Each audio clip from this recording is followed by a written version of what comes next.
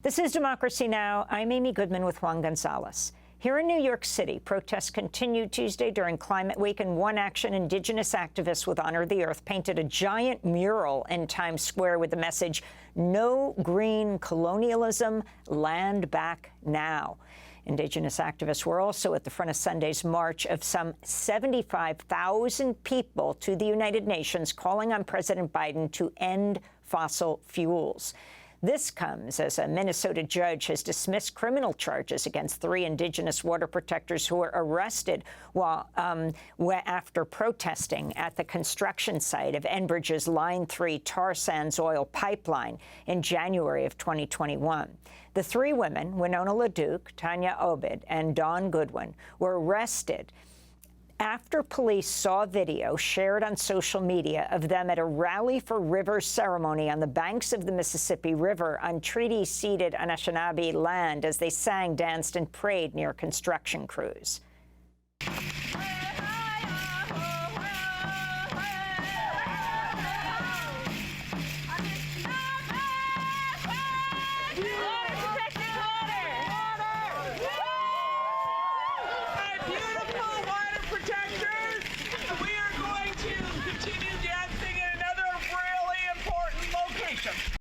Well, in a landmark opinion delivered last Thursday, the Aiken County Senior Judge Leslie Metzen wrote, as respected members of Anishinaabe tribes, LaDuke, Obed, and Goodwin were expressing, quote, their heartfelt belief that the waters of Minnesota need to be protected from damage that could result from the pipeline.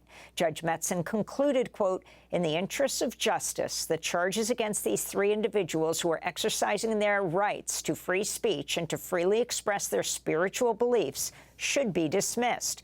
To criminalize their behavior would be the crime, the judge said. For more, we're joined by Winona LaDuke, longtime Indigenous activist, author, who lives and works on the White Earth Indian Reservation, founded the White Earth Land Recovery Project. Her first novel, Last Standing Woman, republished this year in a 25th anniversary edition. She's joining us from the White Earth Reservation, Minnesota. Thanks for calling on me, and I'm glad to not be in jail. So can you talk about the judge's decision, exactly what this means? Well, you know, first of all, it was so significant. I cried when I read her decision because she refers specifically to not only our religious freedom, but also our treaties, because we're all members of the Mississippi Band Anishinaabe, and our territory that we love and come from is right there. And in her decision, she says treaties between the United States and Anishinaabe have been signed regarding these lands. This court finds that it is within the furtherance of justice to protect the defendants peacefully protesting to protect the land and water on the land addressed in these treaties by dismissing this action against all defendants. So it was about, you know, our religious freedom, our freedom of assembly, our constitutional rights, but also recognizing our treaty rights, which is what we have been saying. These are our territories, and we have a right and responsibility to protect them. And I'm so grateful to the judge, but, you know, she was clear in her decision also saying that, she just said, in the interest of justice, the phrase often and rarely applied to defendants, the less powerful and voiceless. For 40 years, she served on these courts. These cases particularly awakened in her.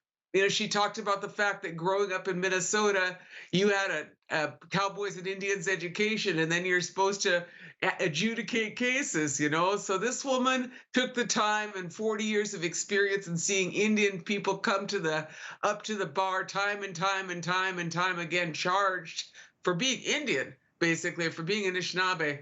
She said something really profound, and she did the right thing. She brought justice, you know, and we appreciate her.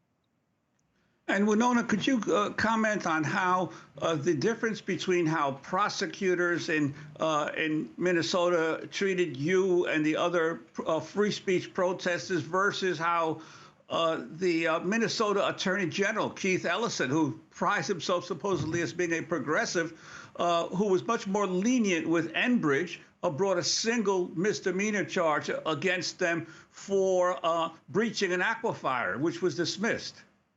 Right. And Enbridge breached 4 aquifers, is what we know. The crimes committed by this corporation are egregious and ongoing. They have never been charged. The one case in Clearwater County, the first aquifer breach of 4. In other words, we don't know, there's no more water that they're making. And Enbridge is destroying and contaminating our water on an ongoing basis. There have been no charges brought for the other 3 aquifer breaches. And Enbridge negotiated kind of a hush settlement, like we'll deal with it and then we'll postpone it. Tens of thousands of people wrote to Attorney General Keith Ellison and asked him to drop the charges against people like me. I'm not a criminal. I'm a water protector. I'm an Anishinaabe woman who prayed by the river, danced, did my darndest to stop the pipeline, tried everything, and then had charges in 3 counties. Tens of thousands of people said drop the charges, and there are still people with felony charges that need to have their charges dropped, and Enbridge needs to be charged because they are the criminals. Let's talk about this. Nearly 1,000 people have been arrested at protests to stop Line 3 pipeline. While many charges were dismissed or settled, about 20 are still pending. A few weeks ago, we spoke with climate activist, water protector Mylène Viard, whose trial for peacefully protesting Enbridge Line 3 was about to start in Minnesota. She was about to testify that day. She was found guilty of felony obstruction for her role in trying to halt construction and faces a year and a day in prison for her 2021 protests when she attached herself to a 25-foot bamboo tower erected to block a pumping station in Aiken County.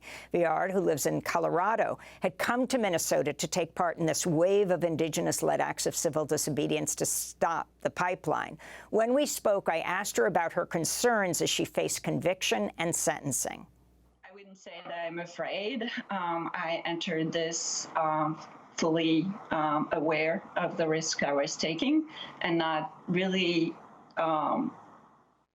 believing that the justice system in this court would be served, would be hearing me fully. So I am aware of what I'm risking, and I'm going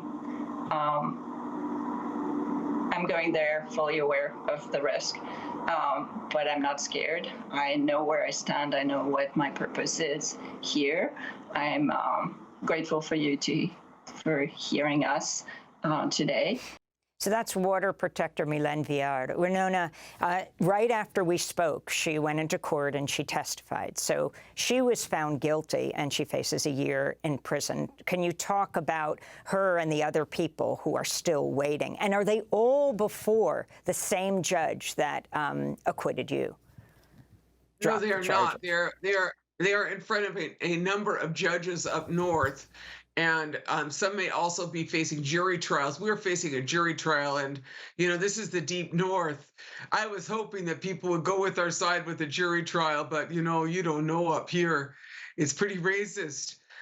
So having said that, these people should not be charged. Enbridge is charging people with stealing time because they slowed down Enbridge, and so they had this time theft charge. I mean, the charges are ratcheted up. They were incentivized by Enbridge paying for the charge that all of the police, $8.6 million, and some of the prosecutors were disappointed that Enbridge wouldn't pay for the prosecution, including Hubbard County, where we work and we're putting up our museum on treaty rights and culture. But having said that, it's a shame what is going on in the north. It's a shame to Minnesota, and it's what it shows is the planet is facing climate chaos. And here they are justifying and defending a Canadian pipeline company that imports 75% of the tar sands into the U.S. and is trying to put a pipeline across the Straits of Mackinac, redo one. Late-stage addiction behavior is bad, and we need to sober up. And we need to protect the water and the human rights of people and the animals, and not the Canadian Pipeline Corporation. So I plan to speak up and help support other folks, and we are hoping that what the judge ruled here will help the others, because we tried everything to stop this company, and none of us want to be arrested. But I'm going to tell you right now, I'm not a criminal, and Enbridge is. And Winona, we only have about 20 seconds, but the protesters at the UN General Assembly went to Times Square with a big mural, "No green colonialism, land back now." What are you hoping to see from the Biden administration?